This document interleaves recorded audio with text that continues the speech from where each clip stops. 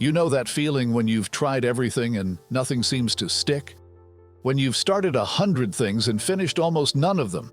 When your notebook is full of ambitious plans that lasted 3 days before dissolving into the same old patterns? When you look at people who seem to have it together and wonder what secret they know that you don't? There's this quiet desperation that comes with inconsistency, isn't there? Not the loud kind of suffering, but the soft erosion of trust in yourself. Every time you say you'll do something and don't, every time you set an intention and watch it fade, something inside whispers that maybe you're just not the kind of person who follows through. Maybe you're broken in some fundamental way. Maybe change isn't really possible for you. And here's what makes it worse. You know what you're supposed to do. You've read the books, watched the videos, heard all the advice about discipline and willpower and morning routines, you know, the steps. But knowing doesn't seem to translate into being. The gap between understanding and embodiment feels impossibly wide, and every failed attempt makes that gap feel wider still. So let me tell you something that might sound strange at first. The reason you struggle with consistency isn't because you lack discipline. It's because you're approaching it entirely backwards. You're trying to force yourself into a shape that doesn't fit, and then wondering why it hurts so much to maintain it. Let's sit with that for a moment. What if inconsistency isn't a character flaw to be fixed, but a message to be understood? What if the fact that you can't stick to something is actually your deeper intelligence trying to tell you that something's off? Not that you're lazy or weak, but that you're attempting to override your own nature with borrowed blueprints that were never designed for you. We live in a world that worships consistency as if it's a moral virtue. Get up at 5 in the morning. Exercise every day. Build habits that compound. Be disciplined. Be relentless. And there's truth in that, yes, but it's an incomplete truth. Because the kind of consistency that actually changes everything isn't built on force. It's not built on gritting your teeth and pushing through resistance day after day until you collapse or give up. That's not consistency. That's violence against yourself wearing the mask of self-improvement. Real consistency, the kind that transforms your life without breaking you, emerges from something much quieter. It emerges from alignment. And alignment isn't something you achieve through effort. It's something you discover through awareness. Think about a river for a moment. A river is incredibly consistent. It flows every single day, every single hour, without ever deciding to be disciplined about it. It doesn't wake up and force itself to flow. It doesn't have a motivation crisis on Tuesday and stop moving. It simply flows because flowing is its nature. There's no gap between what it is and what it does. The being and the doing are one continuous movement. Now you might say, well, that's easy for a river, it doesn't have a choice. But that's the interesting part. You think you have a choice, you think you're choosing not to be consistent. But actually what's happening is you're caught in a war between different parts of yourself. One part wants to meditate every morning, another part wants to sleep in, one part wants to write every day, another part wants to scroll through your phone. And you call this choice, but it's really just conflict. It's exhausting because you're divided against yourself. The reason the river flows consistently isn't because it has no choice. It's because there's no division. The river isn't trying to be something other than what it is. And this is where everything shifts. Consistency doesn't come from learning to overpower your resistance. It comes from understanding why the resistance is there in the first place. When you feel that pull to avoid something, to procrastinate, to break your streak, that's not weakness.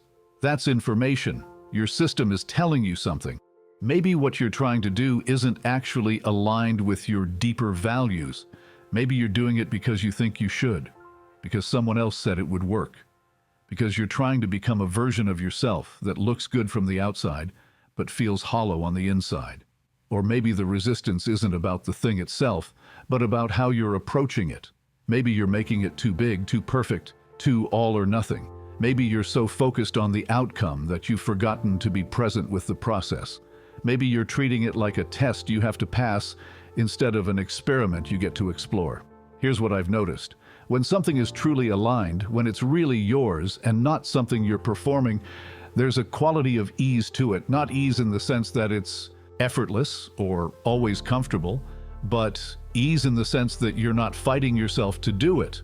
The resistance is minimal. You still have to show up, you still have to engage, but there's a current carrying you rather than you dragging yourself upstream. Think about breathing. You breathe consistently, thousands of times a day, and you never have to motivate yourself to do it. Why? Because breathing is aligned with your nature as a living being. It's not separate from you. It doesn't require discipline because it's already who you are. Now, obviously, you can't make everything as automatic as breathing, but you can move closer to that quality. You can start to notice what feels like swimming with the current and what feels like swimming against it. And this is where awareness comes in. Not the kind of awareness where you're watching yourself like a judge, constantly evaluating whether you're doing it right, but the kind of awareness that's curious, that notices without condemning. What happens when you sit down to do the thing you said you'd do? What does the resistance feel like in your body? Where do you feel it? What thoughts arise? What stories do you tell yourself? Just notice. Don't try to fix it yet. Just see it clearly. Because here's the thing. Most of us are so busy trying to change ourselves that we never actually observe ourselves. We're so focused on who we should be that we never fully inhabit who we are. And without that ground of clear seeing, any change we try to make is just one part of us trying to control another part. It's still war. It's still exhausting.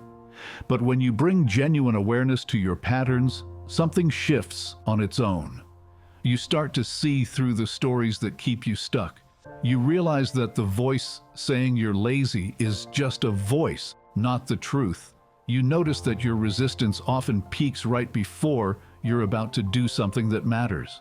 And that's not a sign to stop. It's just what fear feels like when you're at an edge. Consistency built on awareness is completely different from consistency built on discipline. Discipline says, do it anyway. Push through. Don't listen to your feelings. Awareness says, understand what's happening. Work with your nature. Find the path of least resistance. And here's the paradox. When you stop trying so hard to be consistent, when you stop treating it like a test of your character, you often become more consistent. Not because you're forcing it, but because you've removed the layer of conflict that was making it so hard in the first place. Let me give you an example. Let's say you want to write every day. The discipline approach says, set a timer, sit down, write for 1 hour no matter what, don't get up until you're done. And maybe that works for a while. Maybe you can maintain it through sheer force of will.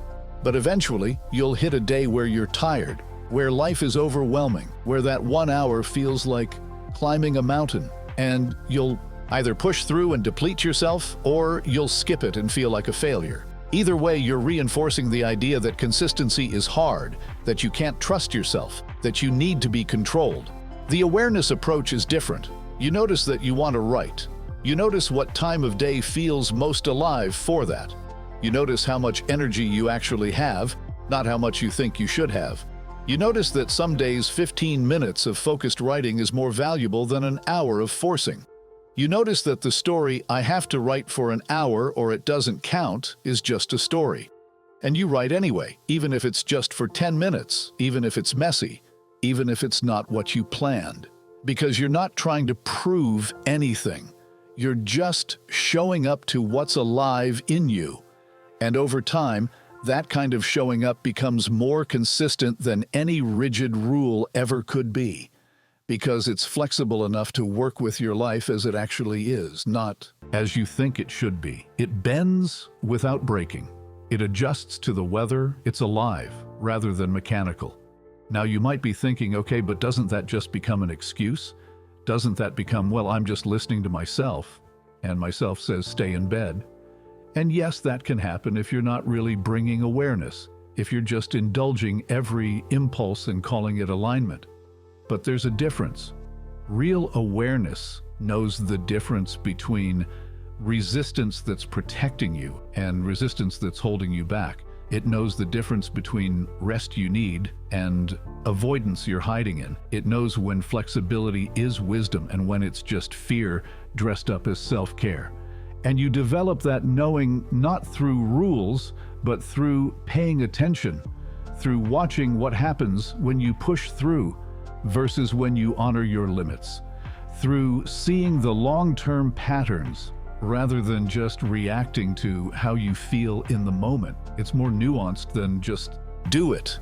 And it's more honest than do whatever feels good. It's a middle way that requires you to be present. Here's another layer. Consistency changes everything, not just because of what you accomplish, but because of who you become in the process. Every time you show up, even in small ways, even imperfectly, you're telling yourself a new story. You're building evidence that you're someone who follows through. Not perfectly, not rigidly, but genuinely. You're rebuilding trust with yourself. And that trust is worth more than any external achievement. Because when you trust yourself, when you know that you'll show up for yourself, even when it's hard, even when no one's watching, something relaxes inside. You stop needing to prove yourself. You stop needing external validation. You have an inner stability that isn't dependent on circumstances.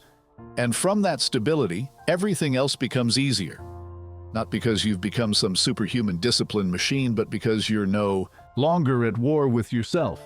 Think about it. How much energy do you spend in that inner conflict? How much mental space is taken up by guilt about what you haven't done, anxiety about what you should be doing, shame about who you're not yet? It's exhausting. It's like running an application in the background that's constantly draining your battery. Consistency, real consistency, closes those loops. When you say you'll do something and you do it, there's completion. There's no residue of broken promises to yourself. Your energy isn't leaking out through those cracks. You're whole.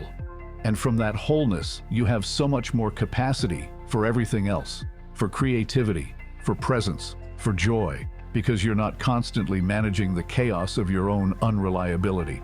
But here's where it gets really interesting. The things you're most inconsistent with are often the things that matter most. Have you noticed that? It's not hard to be consistent with scrolling social media or watching shows or doing things that don't challenge you. The inconsistency shows up around the things that would actually change your life. The creative projects, the difficult conversations, the practices that bring you closer to who you really are. Why? Because those things are threatening to the part of you that's invested in staying small, staying safe, staying known. There's a part of you that knows if you actually became consistent with meditation, with writing, with whatever your thing is, you would change. And change, even positive change, even desired change, is scary. It means leaving behind a version of yourself. It means stepping into unknown territory. It means you can't keep telling yourself the same stories about who you are and what you're capable of. So the resistance to consistency isn't random, it's protective. It's that part of you that would rather stay miserable and familiar than risk becoming someone new. And you can't bully that part into submission. Believe me, people try. They try to override it with discipline and willpower, and it works until it doesn't. Until they burn out, or rebel against their own systems, or just quietly give up. What works is bringing that part into the light, acknowledging it. Thank you for trying to keep me safe. I see that you're afraid. And I'm going to do this anyway, but gently. We're going to do this together. We're not going to force anything. We're just going to show up and see what happens. That kind of internal dialogue changes everything.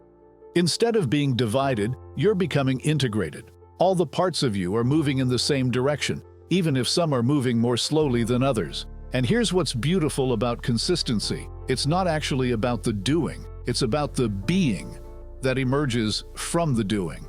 You don't meditate every day to become a person who meditates every day. You meditate every day and discover that you're already the kind of person who can be still, who can face themselves, who can sit with discomfort without running. You don't write every day to become a writer. You write every day and realize you already are one, that it was never about earning the title through output. It was about recognizing what was already true.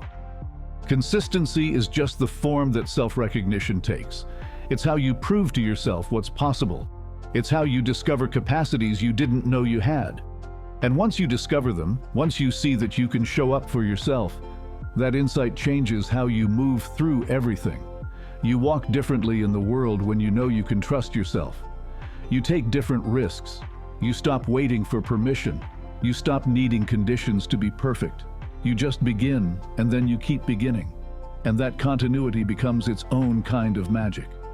Now let's talk about what happens when you inevitably break your consistency. Because you will.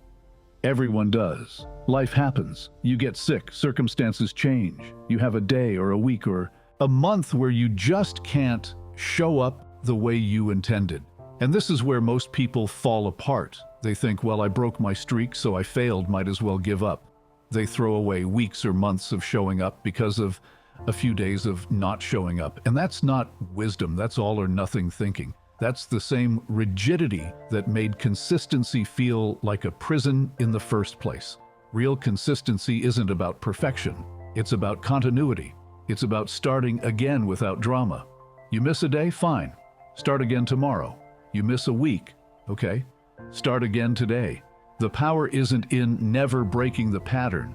The power is in returning to it without making yourself wrong. That's the practice. Not maintaining some pristine streak, but returning, always returning, without judgment, without the story that you've ruined everything. Just, oh, I'm back, let's continue. This is actually one of the most liberating realizations. You don't have to be perfect to be consistent. You just have to be persistent. You have to keep choosing it over and over through the mess and imperfection of actual life. And every time you choose it again after falling away, you're strengthening something. You're teaching yourself that you're not fragile, that you don't shatter at the first interruption. You're building resilience. You're proving that your commitment isn't dependent on conditions being ideal. It's there even when things are hard, even when you're tired, even when you don't feel motivated.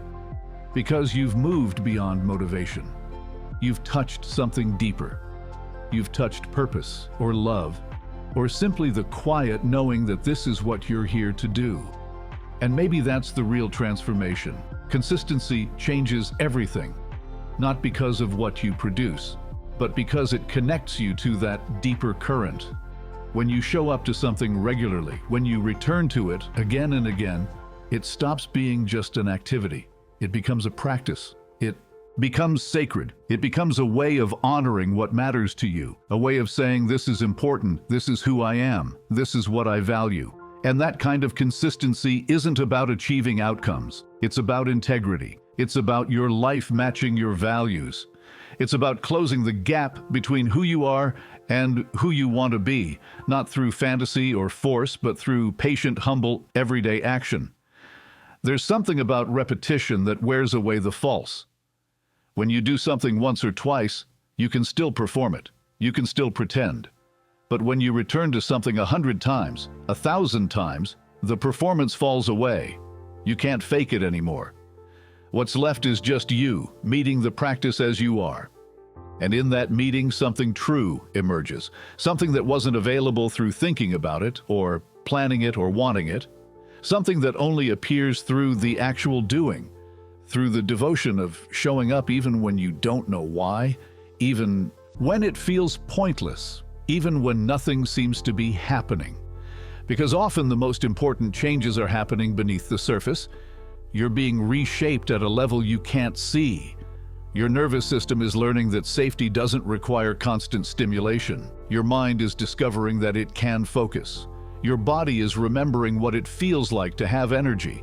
And all of this happens so gradually that you don't notice until one day you look back and realize you're different. You're calmer, more centered, more capable. Not because you became someone new, but because you removed everything that was obscuring who you already were. That's what consistency does. It's not an addition, it's a revelation. Every time you show up, you're clearing away another layer of doubt, another layer of distraction, another layer of the conditioning that told you you couldn't, you shouldn't, you weren't enough.